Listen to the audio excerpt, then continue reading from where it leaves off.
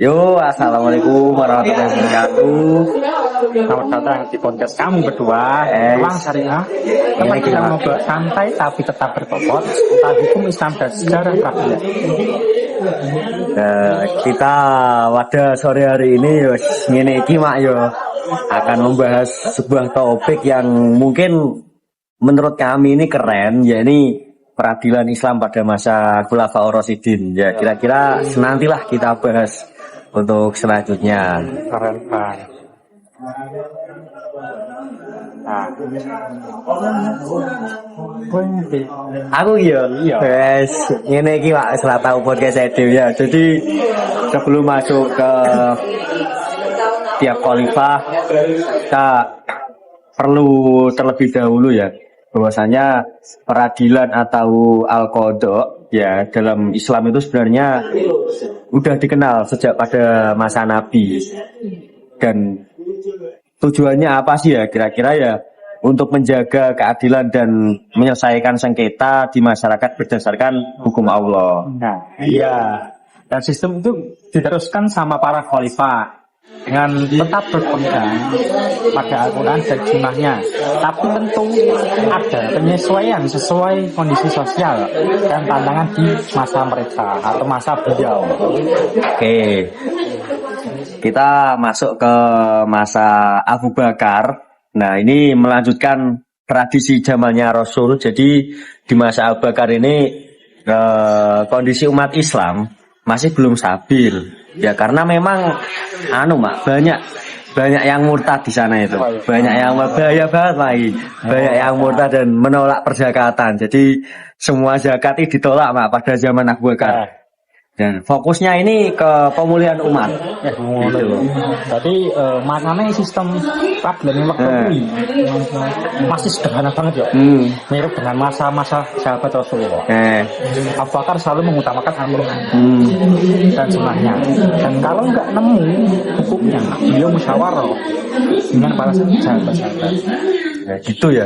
Tapi sederhana banget ya. Tapi prinsip keadilannya ini kuat banget. Beliau nggak asal mutusin perkara tanpa dasar. Nah mungkin lanjut ya ke masa Umar bin Khattab ini, Nah, fondasi sistem peradilan modern.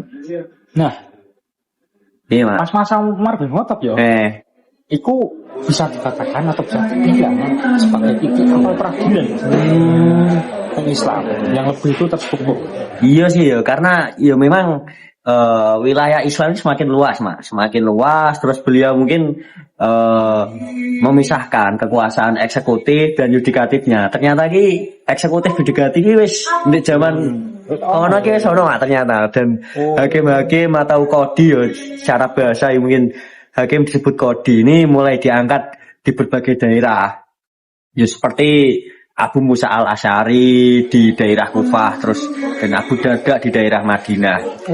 Terus saya terkenal itu Umar ngirim surat apa ya kayak petunjuk buat untuk Abu Musa al-Asy'ari bahwasanya yang dikenal sebagai Risalatul Qadha, semacam pedoman etika hakim. Jadi hakim itu juga ada etikanya. Ada pedomannya, Pak.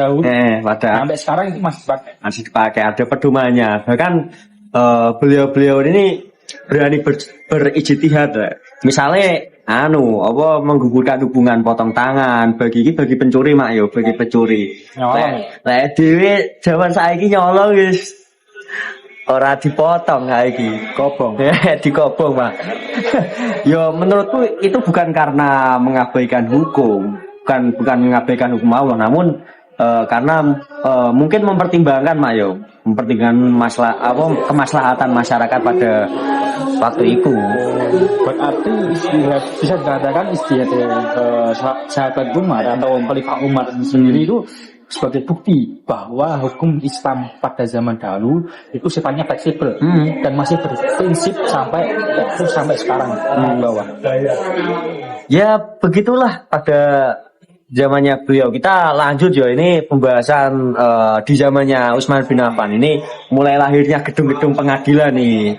Nah, di sini ki masuk ke masanya Utsman. Jadi sistem peradilan yang kemudian pada masa ini rapi banget. makin rapi, makin terstruktur. Jadi beliau ini memulai membangun gedung-gedung yang memang khusus itu untuk pengadilan, Mak. Jadi bisa dibilang pada masa ini cikal bakal institusi peradilan Islam formal. Berarti beliau juga ini menulis surat kepada para qadhi ataupun para hakim supaya menegakkan keadilan, menjaga amanah, terus dan tidak menzolimi anak yatim atau pihak orang lemah. Ngeri banget, Cuk. Keren lah. Keren lah. yo masalahnya Lah ya. di masa ini musyawarah hukum ini sering dilakukan ketika Al-Quran dan Sunnah belum memberi jawaban pasti. Ngono masalahnya. Jadi lanjut ya ke zamane Ali bin Abi Thalib. Nah, aku ngerti. Pas zaman sahabat Ali yo, cara udah paham sedikit. Bosnya masa Ali bin Abi Thalib, beliau dikenal sebagai khalifah kontroversial atau yang sangat cerdas dalam hukum. Terus gini, kalian tahu gak tentang Ali? Wah, nggak ngerti Pak. Ali nggak cuma tegas, ya, tapi juga lembut. Beliau sudah menasihati para qadhi supaya berlaku adil dan penuh kasih sayang. Banyak ijtihad beliau yang kemudian ditampi dalam kitab fikih dan peradilan Islam yang Indonesia. Berarti tak simpulkan Ali ini sangat bijaksana, berwibawa ya. Nah mungkin untuk contoh-contohnya di peradilan ini ke kasus perempuan yang menuduh seorang pemuda memperkosanya. Nah terus tapi ternyata ngarani tapi orang buktine ono iki tapi palsu, Mas. Nah terus saudara Ali ini kan sahabat Ali mah wong PMI. Sahabat Ali ini ya menggunakan logikanya. Soalnya kan sahabat Ali ini kan pinter banget ya. Dia menggunakan logika ilmiahnya terus menyiram air panas pada bukti-bukti palsu itu dan kemudian terbukti tuduhan ini hanya rekayasa begitu. Hapus-hapusan mah. Nah, selain itu ada juga beberapa kasus menarik pada masa Khalifah Ali. Misalnya kasus nenek yang menuntut warisan di masa Abu Bakar, jadi di masa Khalifah yang kedua. Karena nggak ada ayat spesifik bahwa Abu Bakar musyawarah dengan sahabat dan akhirnya memutuskan bagian 1/6 untuk si nenek.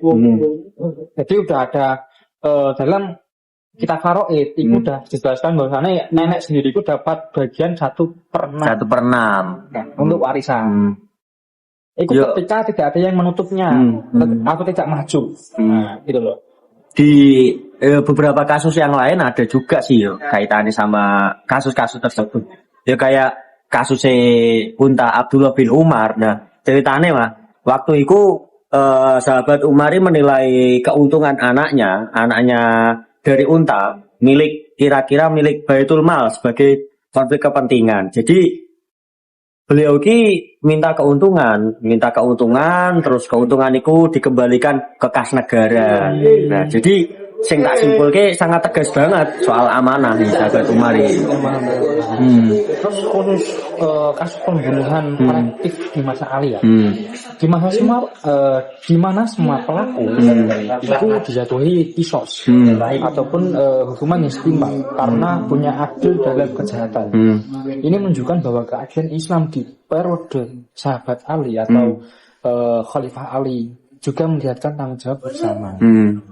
Keren yo, ternyata wong iki. Nah, terus iki saiki dhewe bahas Mak, perbandingan dengan masa Rasulullah kita bandingkan. Dari 4 madzhab mau. Dari 4 sahabat ya. PMI. Nah, kalau dibandingkan dengan masa Rasulullah ya perbedaannya terletak pada otoritas hukum sih ya menurutku. Jadi Nabi itu langsung mendapatkan wahyu, terus keputusannya itu bersifat absolut pada zaman itu. Terus sedangkan masa Khalifatul Rasyidin ya pada zaman itu lebih lihat kan? Sawarah. Tapi sangat keadilannya yang sama semua berlandaskan Al-Quran dan Sunnah Nabi. Terus iki lanjut ke masa Umar ya perbandingannya jadi memisahkan kekuasaan, Mak. Memisahkan kekuasaan, terus pencatatan administrasi,